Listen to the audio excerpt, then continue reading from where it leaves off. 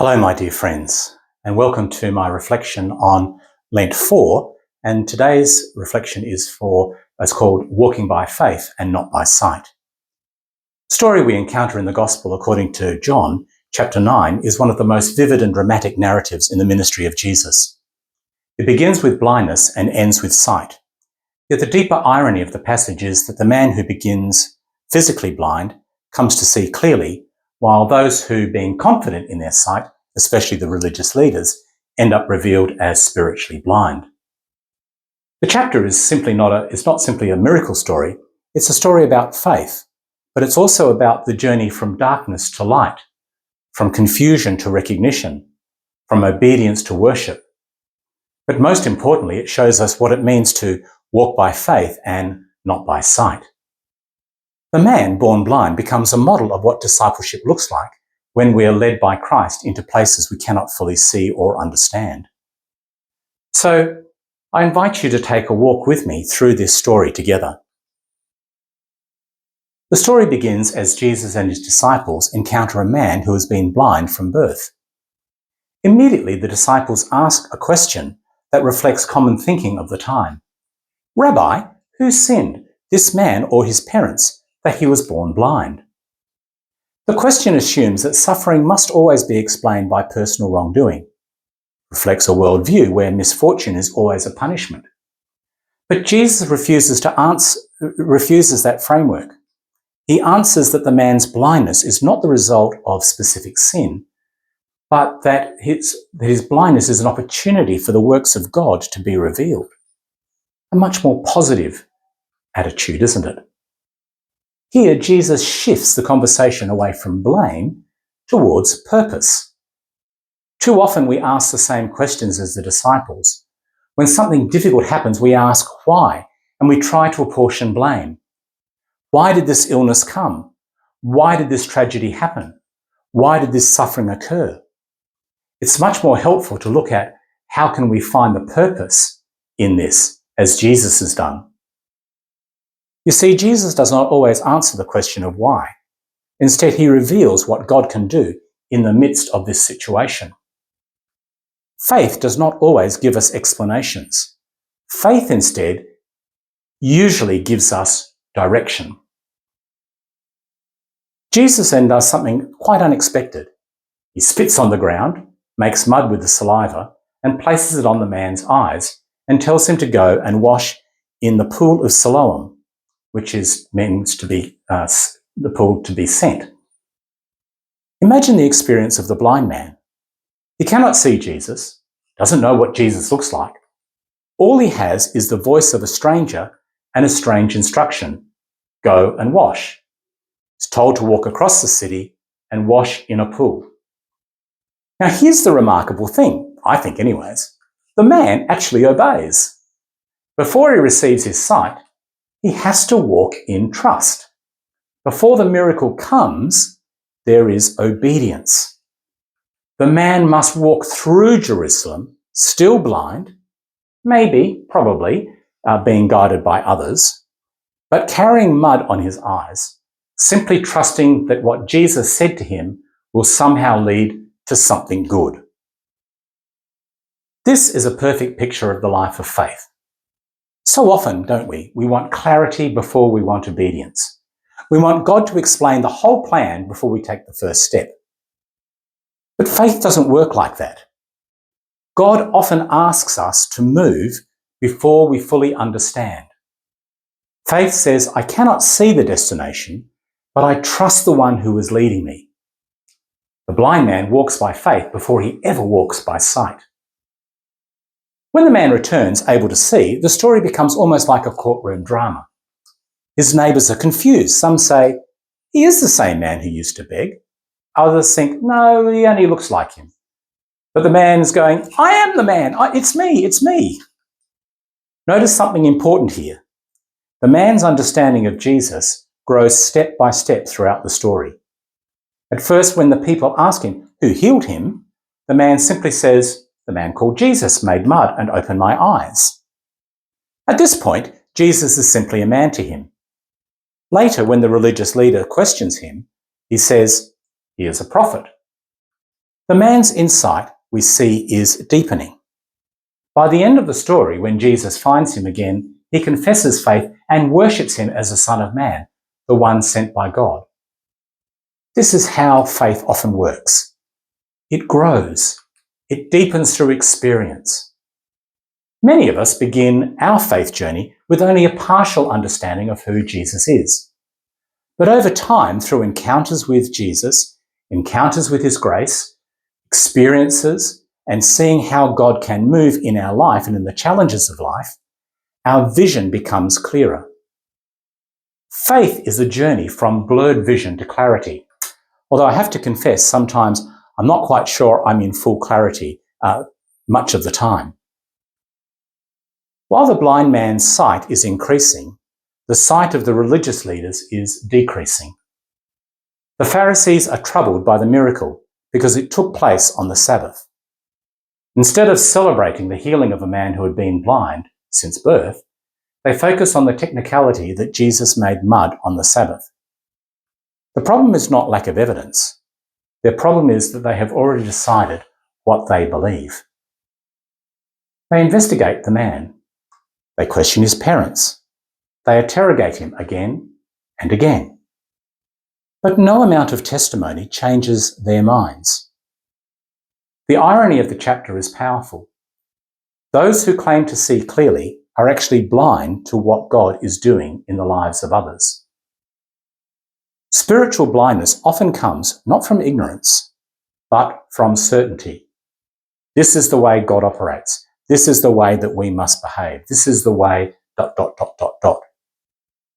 When we believe we already know everything about God, we can miss what God is doing right in front of us. One of the most striking parts of the story for me is the courage of the man who was healed. At first he answers cautiously, but as the questioning continues, his confidence grows.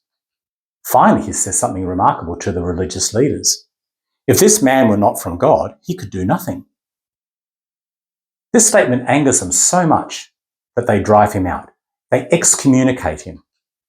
The man who has just received his sight and is now able to enter into the full worship community is now excluded from that same worship community, that same religious community. His testimony costs him something. This too is part of walking by faith. Faith sometimes leads us into conflict with systems or expectations that prefer comfort over truth, often within our own traditions, our own religious traditions. But the man stands firm, and this is his witness to us, to stand firm. He speaks honestly about what has happened to him, and his argument is simple. I was blind, but now I see. Sometimes the most powerful witness we have is simply telling what God has done in our lives.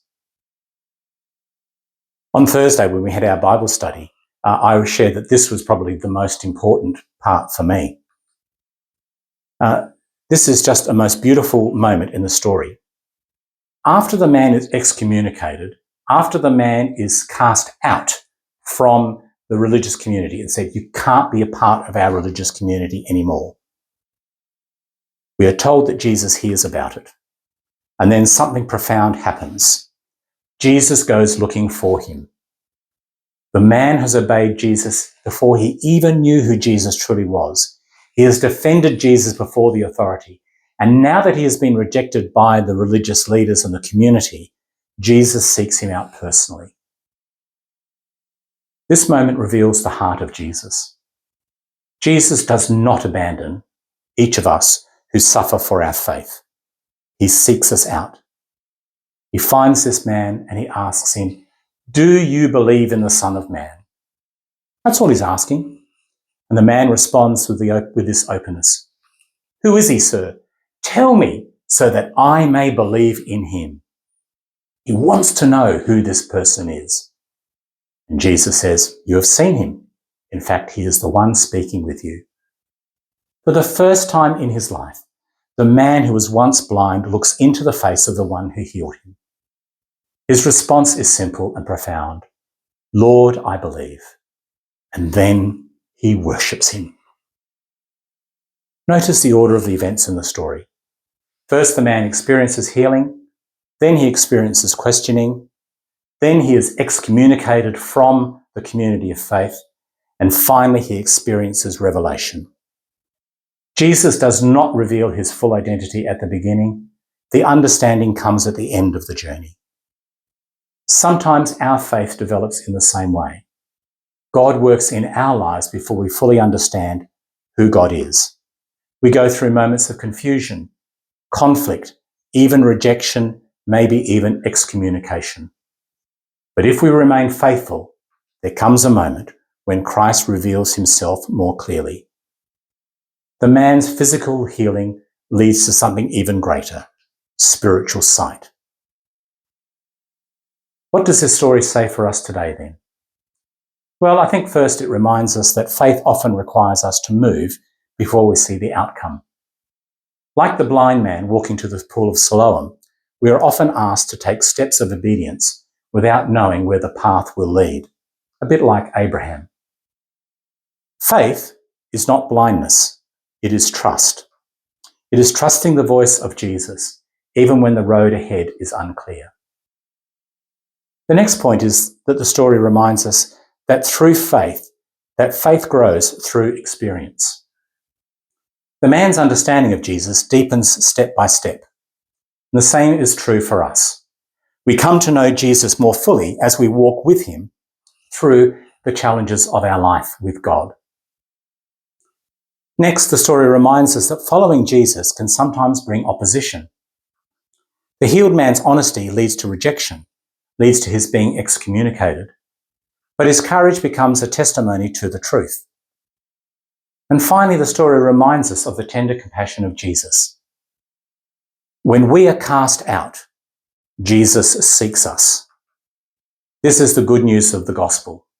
Jesus does not abandon those who trust in him. He pursues them, even if we have been cast out. Even when we feel isolated, misunderstood, Jesus comes looking for us. The chapter ends with a powerful statement from Jesus. He says that he has come into the world so that the blind may see and those who see may become blind. And some of the Pharisees overhear this and they say, surely we're not blind, are we? And Jesus replies, well, if you were blind, you would not be guilty. But because you now claim to see, then your guilt remains. This is the greatest danger in spiritual life.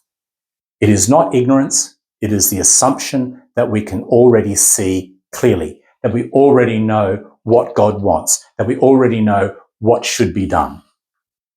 The man who knew he was blind became a disciple. The leaders who believed that they could see what God was doing actually remained in darkness. This story invites us to a simple question. How do we see? How do we follow? How do we obey? Do we rely only on what is visible and predictable? Or are we willing to trust in Jesus, even when the path is uncertain?